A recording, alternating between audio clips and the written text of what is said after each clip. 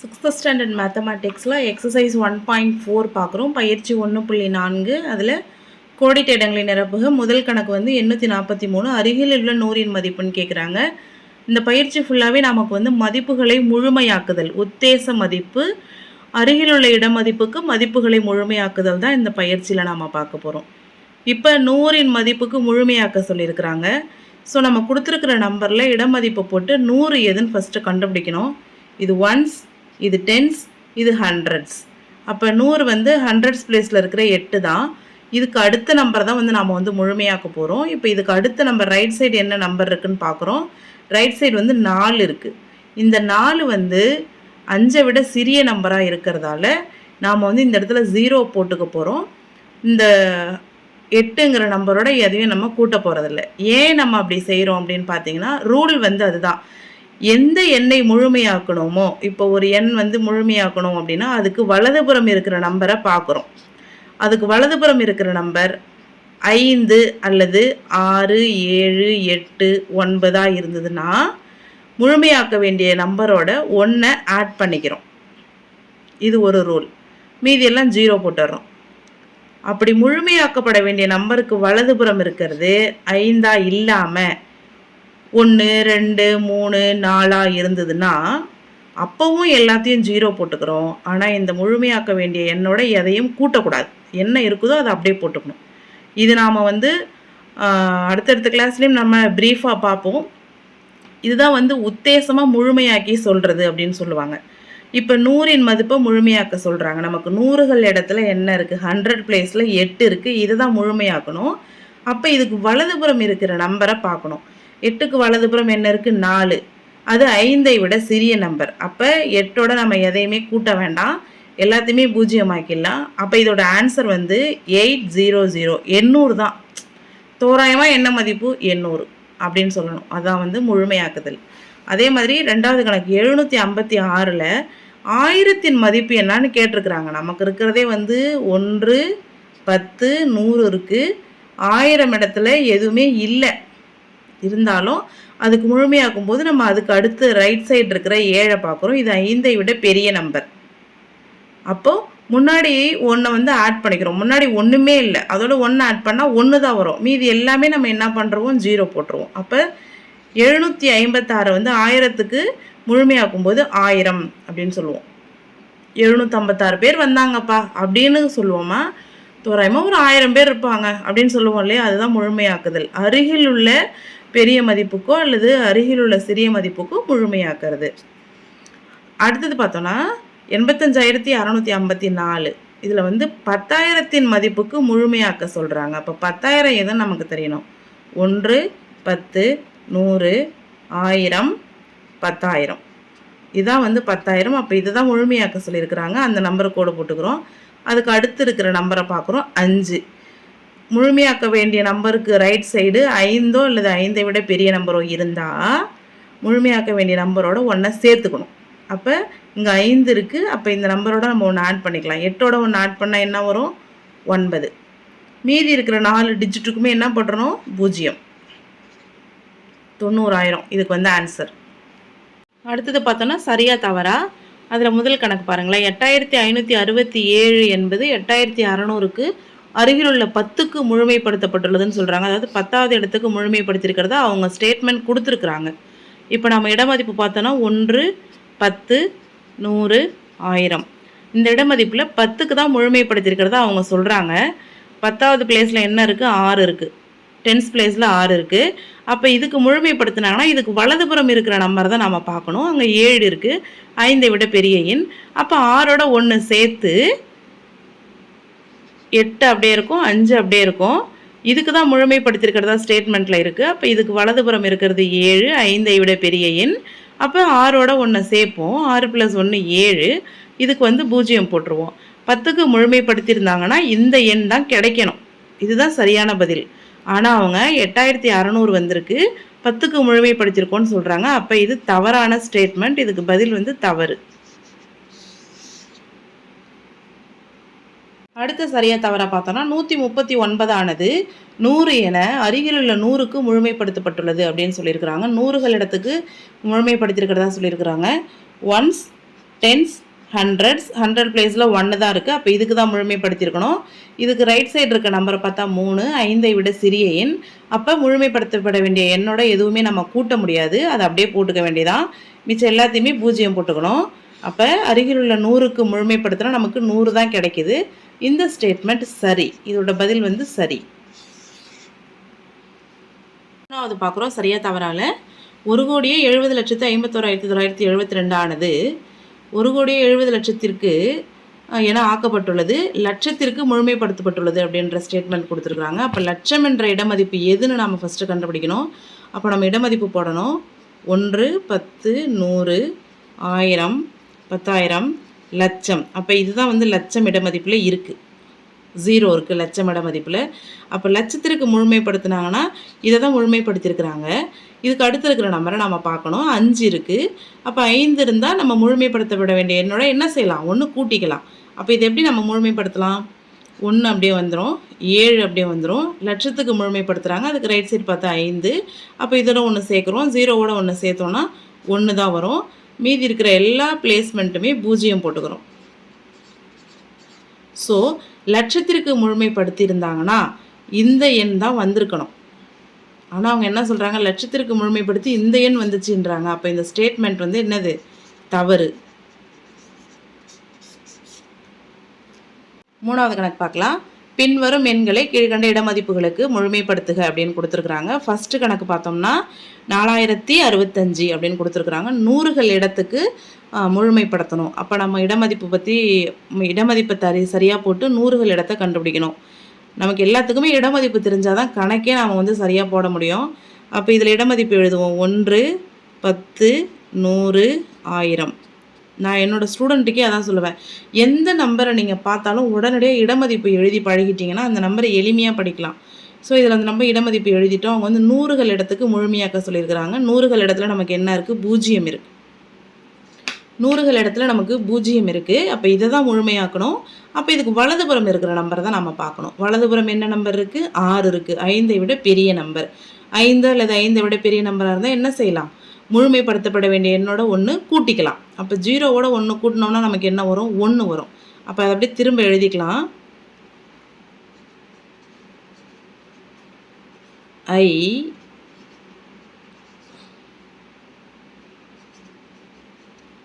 100கள் இடத்தில் முழுமைப்படுத்த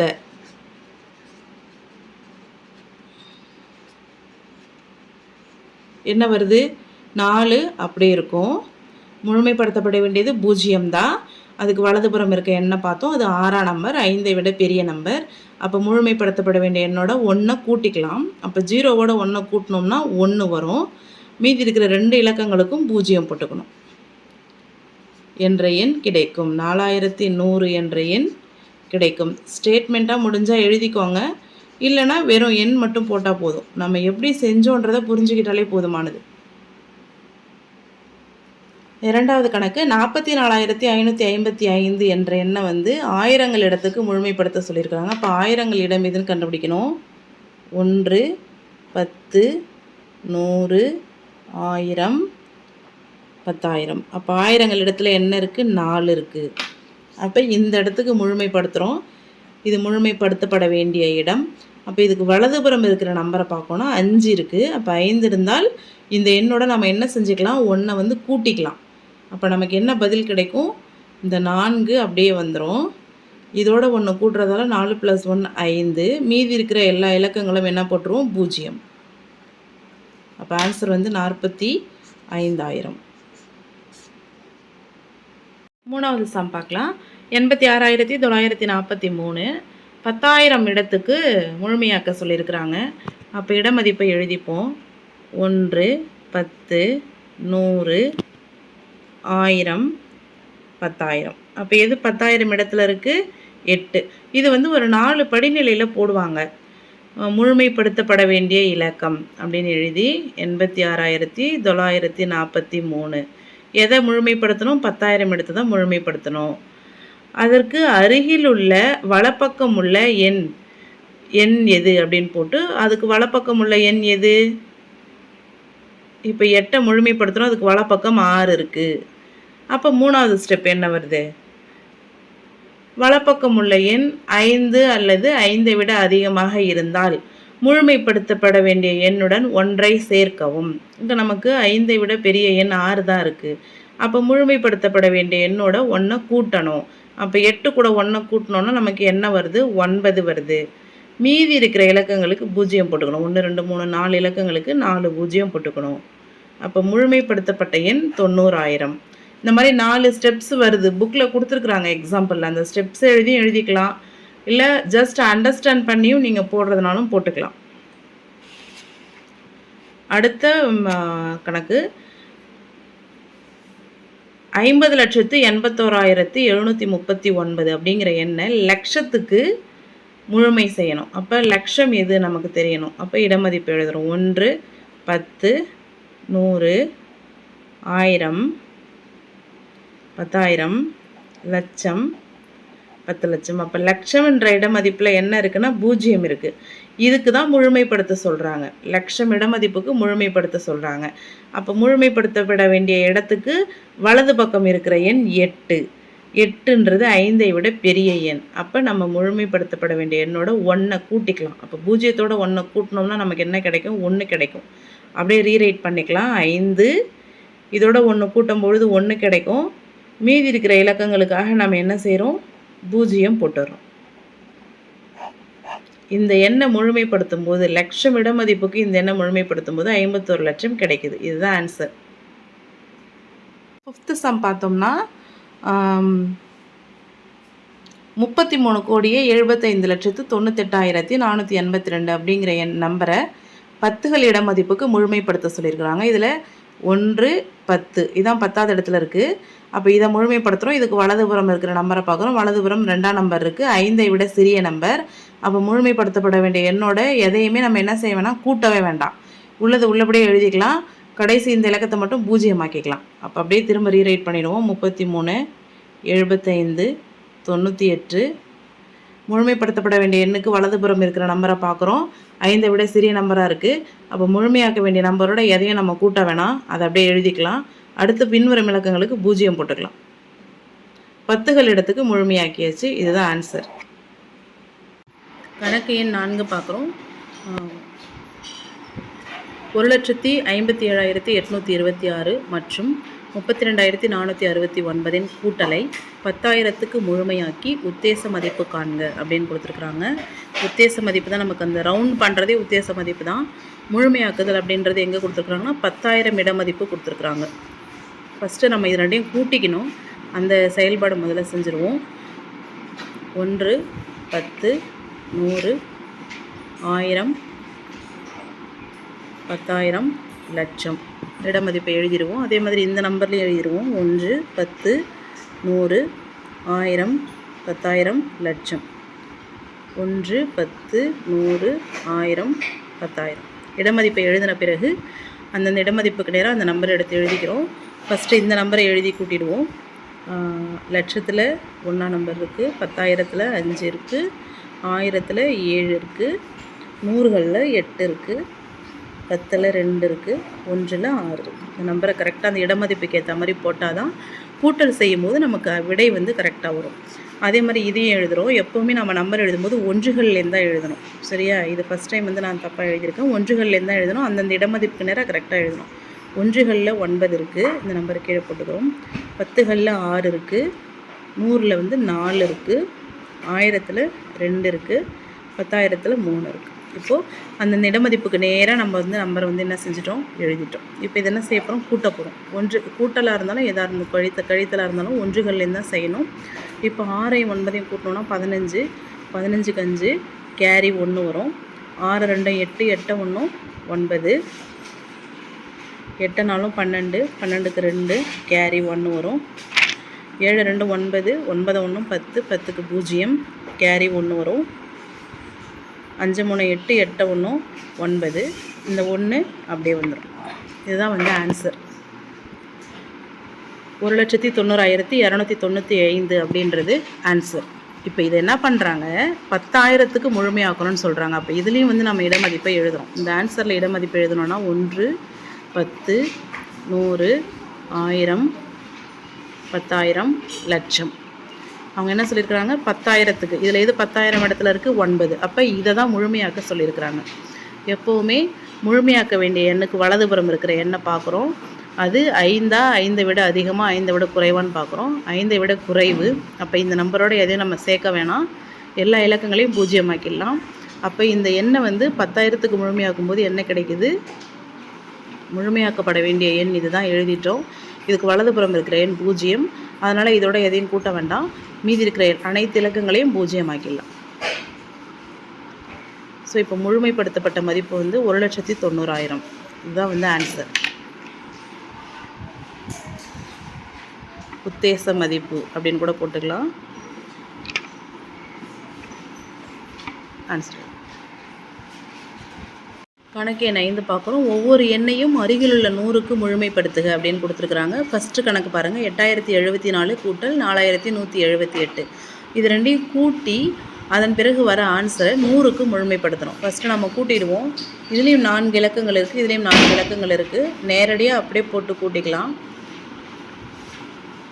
இலக்கங்களின் எண்ணிக்கை மாறும்போது இடமதிப்பை எழுதி கரெக்டாக கூட்டணும். இப்போ 4 8 12, கேரி 1, 7 7 14, 14 1 15, கேரி 1, 1 1 2, 8 4 12. இப்போ வந்து கூட்டி நாம் போட்டுட்டோம்.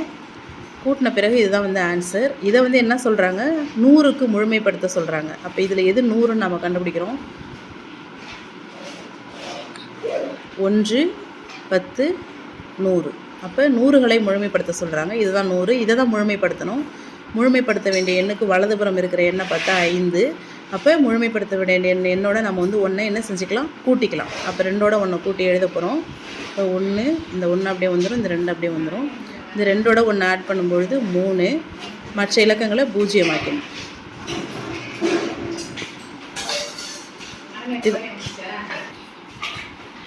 ஃபஸ்ட்டு கொடுத்துருக்கிற எண் இரண்டையும் கூட்டிக்கிறோம். கூட்டின பிறகு அருகிலுள்ள 100க்கு முழுமைப்படுத்த சொல்லியிருக்காங்க. அப்போ 100வது இடத்துல எந்த நம்பர் இருக்குதுன்னு கண்டுபிடிக்கிறோம்.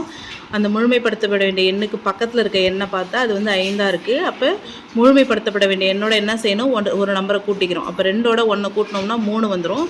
அதை எழுதிக்கிறோம். மற்ற இலக்கங்களை வந்து பூஜ்ஜியமாக போட்டுறோம். அப்போ 100க்கு முழுமைப்படுத்தின பிறகு மதிப்பு வந்து 12,300. இதுதான் வந்து விடை. அதே மாதிரி அடுத்த கணக்கு பார்க்குறோம். நெக்ஸ்ட்டு சம் பார்த்தோன்னு சொன்னிங்கன்னா 17,68,977 கூட்டல் 1,30,589. இதில் வந்து 1 2 3 4 5 6 7 இலக்கங்கள் இருக்குது. இதில் வந்து 6 இலக்கங்கள் இருக்குது. நமக்கு வந்து அந்தந்த இலக்கங்களுக்கு கரெக்டாக எழுதி கூட்ட தெரியும் அப்படின்னா கூட்டலாம். இப்போ இதில் 7 இலக்கங்கள் இருக்குது, இதில் 6 இலக்கங்கள் இருக்குது. தவறாக எழுதி கூட்டிட்டோன்னா மொத்தமாக ஆன்சரும் தப்பாக போயிடும். அதனால் நம்ம வந்து கூட்டல் தெரியாதவங்க ஃபஸ்ட்டு இடமதிப்பை எழுதிட்டு அப்புறமா கூட்ட ஆரம்பிக்கிறது நல்லது. 1 10 100 1000 10,000 லட்சம். அதே மாதிரி 1 10 100 1000 10,000 லட்சம் 10 லட்சம். இடமதிப்பை எழுதின பிறகு கரெக்டாக அந்த இடமதிப்புக்கு ஏற்ற மாதிரி எடுத்து எழுதி கூட்டணும். வந்து நமக்கு ஃபஸ்ட்டு 10 லட்சம், அடுத்தது லட்சம், அடுத்தது 10,000 1000 100 10 1. இடமதிப்பு எழுதிட்டு இந்த நம்பர் அதுக்கேற்ற மாதிரி கரெக்டாக சப்ஸ்டியூட் பண்ணுவோம். 1ல் வந்து 7 இருக்குது, 10லையும் 7 இருக்குது, 100ல் 9, 1000ல் 8, 10,000ல் 6, லட்சத்தில் 7, 10 லட்சத்தில் 1. இப்போ இந்த நம்பரை கரெக்டாக எடுத்து எழுதியாச்சு. அதே இடமதிப்பு படி இந்த நம்பரை எழுதிக்கிறோம். 1ல் 9, 10ல் 8, 100ல் 5, 1000ல் 0, 10,000ல் 3, லட்சத்தில் 1. இதே மாதிரி இடமதிப்பு மாறாமல் நம்பர் எடுத்து எழுதும்போது தான் கூட்டலோட விடை வந்து நமக்கு கரெக்டாக வரும். 1களை தான் ஃபஸ்ட்டு கூட்டணும். 9 7 16க்கு 6, கேரி 1, 7 8 15, 15 1 16க்கு 6, கேரி 1, 9 5 14, 14 1 15க்கு 5, கேரி 1. இது 0, 8 மட்டும்தான். 8ஓட 1 சேர்க்கும்போது 9, 6 3 9, 7 1 8, 1 அப்படியே வந்துடும். இதுதான் வந்து கூட்டல் ஆன்சர். இந்த 2 எண்களையும் கூட்டும்போது இதான் கிடைக்குது. நம்ம கணக்கில் என்ன சொல்லியிருக்காங்க, 100க்கு முழுமைப்படுத்த சொல்லியிருக்காங்க. அப்போ இதில் 100கள் இடத்துல எந்த நம்பர் இருக்குது, 5 தான் இருக்குது. அப்போ இதை தான் முழுமைப்படுத்த போகிறோம். இதை முழுமைப்படுத்தணும்னா வலது பக்கம் இருக்கிற நம்பரை பார்க்குறோம். அது 6 5ஐ விட பெரிய எண். அப்போ முழுமைப்படுத்தப்பட வேண்டிய எண்ணோட ஒரு நம்பரை கூட்டிக்கிறோம். 5ஓட 1 கூட்டினோம்னா என்ன வரும்? 6 வரும். மற்ற 2 இலக்கங்களையும் 0 ஆக்கிடலாம். அப்போ ஆன்சர் எடுத்து எழுதுகிறோம். முழுமைப்படுத்திய எண் வந்து 1899. இதான் முழுமைப்படுத்தணும். 5ஓட 1 கூட்டினா 6. மற்ற 2 இலக்கங்களுக்கு பதிலாக 0 போட்டுக்கிறோம். 1 10 100 1000 10,000 லட்சம் 10 லட்சம் 18,99,600. இதுதான் வந்து முழுமைப்படுத்தப்பட்ட மதிப்பு. கணக்கு எண் 6. ஒரு நகரத்தில் 2001ஆம் ஆண்டு மக்கள் தொகை 43,43,645 ஆகவும் 2011 மக்கள் தொகை 46,81,087 ஆகவும் இருந்தது. 10 ஆண்டுகளில் அதிகரித்துள்ள மக்கள் தொகையை ஆயிரங்களில் முழுமையாக்குக. அதிகரித்துள்ள மக்கள் தொகைனா இந்த மக்கள் தொகையிலேருந்து இந்த மக்கள் தொகையை கழித்தோம்னா எவ்வளோ மக்கள் தொகை அதிகமாகிருக்குன்னு நமக்கு கிடைக்கும். அந்த விடையை வந்து ஆயிரங்களில் முழுமையாக்கி நம்ம வந்து ஆன்சர் சொல்லணும். இப்போ நம்ம வந்து அதிகரித்துள்ள மக்கள் தொகையை தான் கண்டுபிடிக்க போகிறோம். மக்கள் தொகை அதிகரிப்பு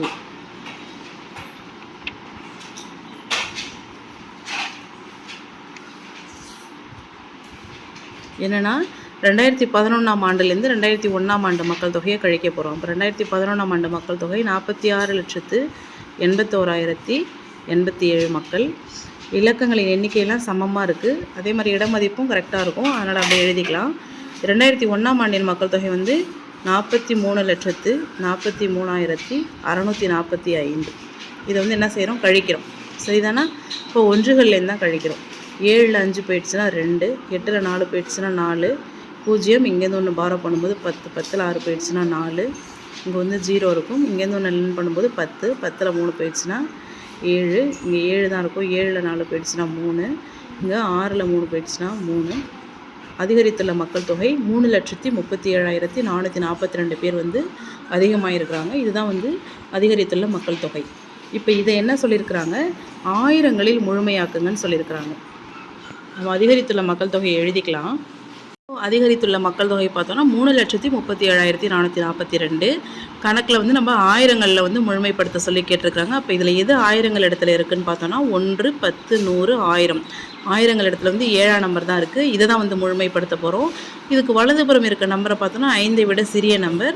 அப்போ இதோட நம்ம எதையுமே சேர்க்க வேண்டாம், அப்படியே போட்டுக்கலாம். மீதி இருக்கிற இலக்கங்களை 0 ஆக்கிடலாம். இப்போ 3,37,000 அப்படியே வந்துடும். மீதி இலக்கங்கள் எல்லாம் 0 ஆகிடும்.